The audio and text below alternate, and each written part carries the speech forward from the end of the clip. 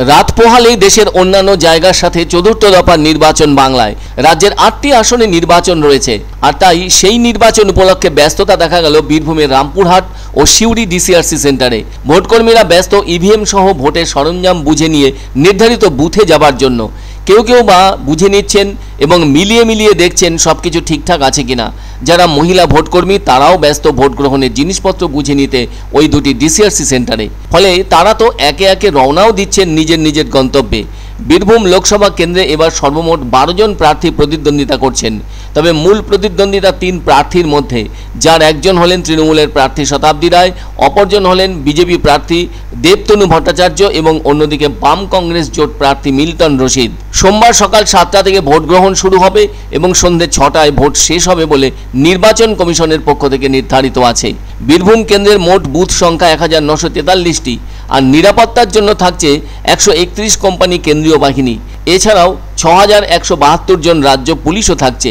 407টি booth স্পর্শকাতর হিসেবে ঘোষণা করা হয়েছে। অন্যদিকে নির্বাচনকালে এই লোকসভা কেন্দ্রের ভেতর 94টি নাকা পয়েন্ট করা হয়েছে। তবে ওই 407টি স্পর্শকাতর বুথের প্রতি বিশেষ নজর রাখছে নির্বাচন কমিশন। বীরভূম লোকসভার মুরারই, নলহাটি, হাসন, রামপুরহাট, সাঁইথিয়া, সিউড়ি ও দুবরাজপুর বিধানসভা এলাকার ভেতরে থাকা 1943টি বুথেই থাকছে ক্যামেরা ও ওয়েবকাস্টিংয়ের ব্যবস্থা। খোলা হয়েছে কন্ট্রোল রুম। সাধারণ পর্যবেক্ষকের দায়িত্বে থাকছেন টি রবিকান্ত, পুলিশ পর্যবেক্ষক হিসেবে থাকছেন বিজয় সিং। সুষ্ঠু এবং অবাধ নির্বাচন করতে মরিয়া চেষ্টা নির্বাচন কমিশনের। এছাড়াও সব ধরনের অপ্রীতিকর ঘটনা এড়াতে জোন হিসেবে ভাগ করে থাকছে কিউআর টিম। অন্যদিকে নির্বাচন উপলক্ষে ইতিমধ্যে কড়া নিরাপত্তায় থাকছে বীরভূম জেলার সীমান্ত এলাকাগুলি। এই কেন্দ্রটিতে 1952 সাল থেকেই নির্বাচন হয়ে আসছে। উল্লেখ্য, 1962 সাল থেকে 2004 সাল পর্যন্ত এই লোকসভা কেন্দ্রটি তফসিলি জাতিদের জন্য সংরক্ষিত ছিল, আর তাই 2009 লোকসভা নির্বাচনে সংরক্ষণ মুক্ত কেন্দ্র হিসেবেই এটি পরিচালিত হয়। ঐতিহাসিকভাবে জাতীয় কংগ্রেস ও সিপিআইএম বীরভূম লোকসভা কেন্দ্রে জয়ী হলেও বর্তমানে এই কেন্দ্রটি তৃণমূলের দখলে আছে। 1952 সাল থেকে 1967 সাল পর্যন্ত কেন্দ্রটি কংগ্রেসের দখলে ছিল, আর 1971 সাল থেকে 1984 সাল পর্যন্ত সিপিএমের দখলে থাকে।